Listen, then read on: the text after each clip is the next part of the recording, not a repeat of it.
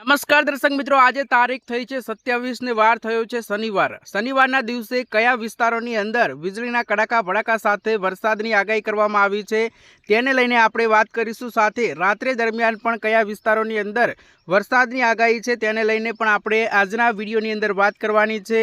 જે દર્શક મિત્રો આપણો આ વિડીયો જોઈ રહ્યા છે તેમને વિનંતી છે કે વિડીયોને લાઇક કરજો, ચેનલ પર નવા છો તો સબસ્ક્રાઇબ કરવાનું ના ભૂલતા.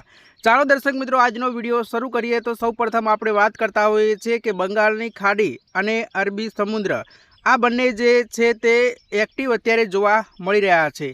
એને કારણે ચોમાસું જે ગુજરાતના દક્ષિણ ગુજરાતના વિસ્તારોની અંદર આવી પહોંચ્યું છે અને હવે ધીરે ધીરે ગુજરાતના અનેક વિસ્તારોની અંદર છૂટો છવાયો વરસાદ પડી રહ્યો છે. ગઈકાલે સૌરાષ્ટ્રના વિસ્તારોની અંદર પણ છૂટો છવાયો વરસાદ નોંધાયો હતો. ઉત્તર ગુજરાતના અમુક વિસ્તારો છે જે પાટણ ને મહેસાણા છે એ વિસ્તારોની અંદર પણ છૂટો છવાયો વરસાદ ઝાપટા પડ્યા હતા.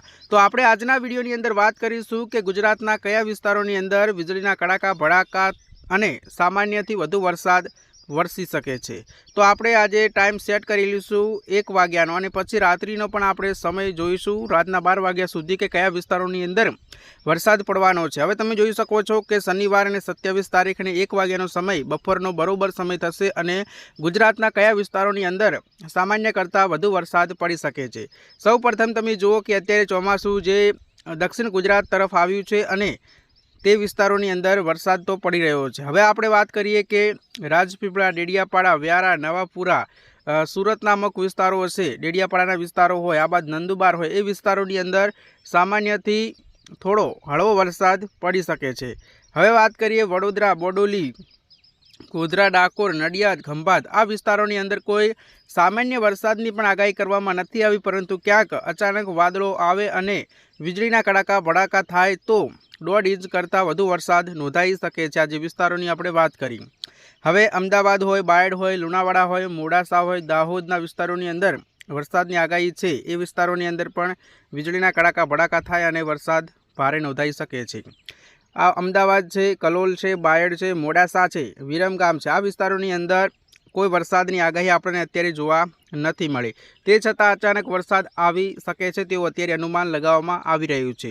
હવે તમે જોઈ શકો છો કે ઉત્તર ગુજરાતના વિસ્તારો છે એ વિસ્તારોની અંદર આ બાજુ ઈડરથી માંડી પાલનપુર, ડીસા, આબુ રોડ સુધી ભારે વરસાદની આગાહી છે કે પાલનપુરના જે વિસ્તારો છે તે રાજસ્થાનની અંદર જે વેસ્ટર્ન ડિસ્ટર્બન્સ જે સિસ્ટમ સક્રિય થઈ છે એને કારણે જે ભેજ આવી રહ્યો છે અને એ જ પવનોને કારણે પાલનપુરના વિસ્તારો હોય એટલે કે બધા ઉત્તર ગુજરાતના વિસ્તારો, પાટણ, રાધનપુર વિસ્તારોની અંદર જે રાજસ્થાનની અંદર એક ટ્રફ પસાર થઈ રહ્યો છે એને જ કારણે વરસાદ નોંધાઈ રહ્યો છે. ચોમાસાનું હજુ સુધી કોઈ ઉત્તર ગુજરાતની અંદર વરસાદ પડ્યો નથી.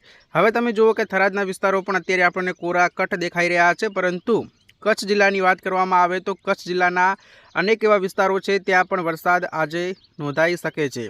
તમે જોઈ શકો છો કે ડાયપર હોય, ગુહાર મોતી હોય, નલિયા હોય, નખત્રાણા હોય, ભુજ હોય, છાસી હોય, માંડવી હોય, મુંદ્રા હોય, ગાંધીધામ હોય, એટલે કે જે દરિયાઈ પટ્ટાએ વિસ્તારો આવેલા છે વિસ્તારોની અંદર ભારે વરસાદ નોંધાઈ શકે છે તેવું અત્યારે વિંડી બતાવી રહી છે. એટલે કે 1.5 ઇંચ કરતાં પણ વધુ વરસાદ ત્યાં પડી શકે છે. એટલે કે કચ્છ જિલ્લાની અંદર આજે વરસાદની આગાહી જે દરિયાઈ પટ્ટો છે એ પટ્ટાની અંદર જોવા મળી રહી છે.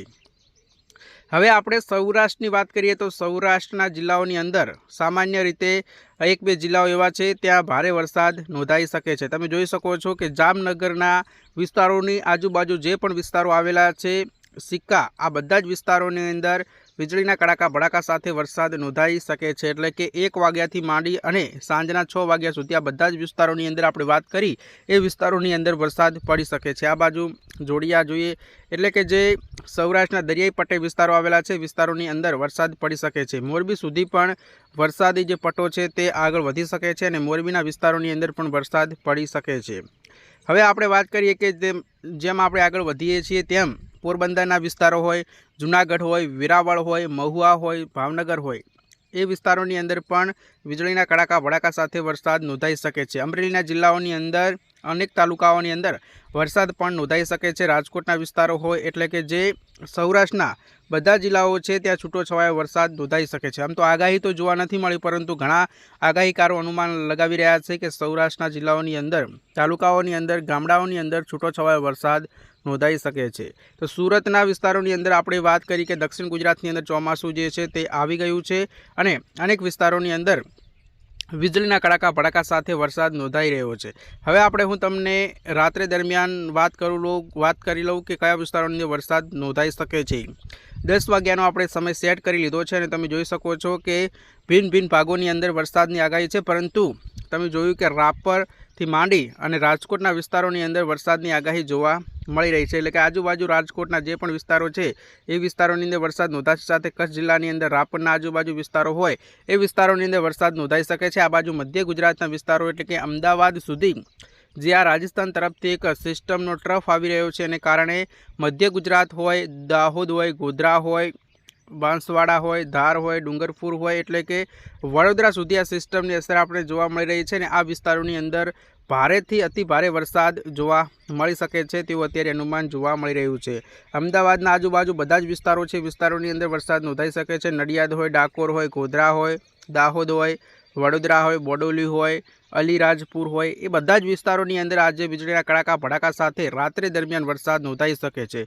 ગઈકાલે પણ ઉત્તર ગુજરાતની વાત કરવામાં આવે તો રાજસ્થાન તરફથી પવનો ફૂંકાયા હતા અને ત્યાંથી વરસાદ આવ્યો હતો। ગુજરાતના જે રાજસ્થાન તરફ બોર્ડર વિસ્તારો આવેલા છે, બનાસકાંઠા જિલ્લો હોય, બનાસકાંઠા જિલ્લાની અંદર પણ ઘણા એવા ગામડાઓ રાજસ્થાનને અડીને આવેલા હતા, ત્યાં પણ ભારે વરસાદ નોંધાઈ ગયો છે।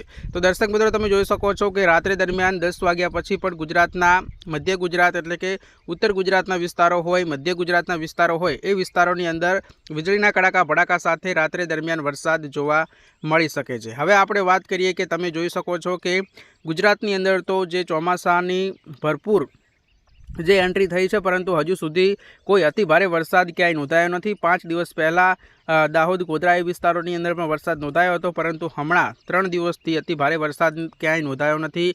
હવે દર્શક મિત્રો, ચોમાસું જે છે તે બરોબર એક્ટિવ થઈ જશે અને ગુજરાતના અનેક વિસ્તારોની અંદર વીજળીના કડાકા ભડાકા અને ખેડૂતો માટે વાવણી લાયક વરસાદ થઈ શકે છે। તો દર્શક મિત્રો, આવી સમાચાર સચોટ જોવા માટે હમણાં જ અમારા સબસ્ક્રાઇબ ચેનલને કરી લેજો અને વિડીયોને લાઇક કરી દેજો।